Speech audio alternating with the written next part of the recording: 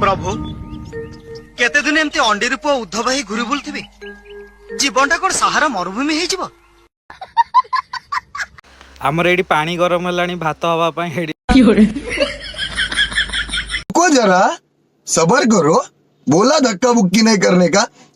आमर एडी पीसा परिबा काटिया को लागि छंती। अरे पीसा तमे कोठी ओइठे एइठे माने कोठी एपटे अरे बाप रे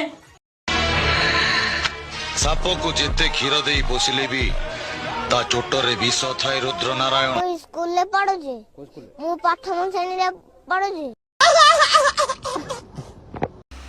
आमर एडी घांट हबो बेले हम गुंडू बाबू कौन करसंती ना आलू को 4 खंड भाबे साइज रे स्केल पकई काटुसंती। आउ हम एडी पाथ बाबू पियाज काटुसंती तांको आखिरे लुह गळुची।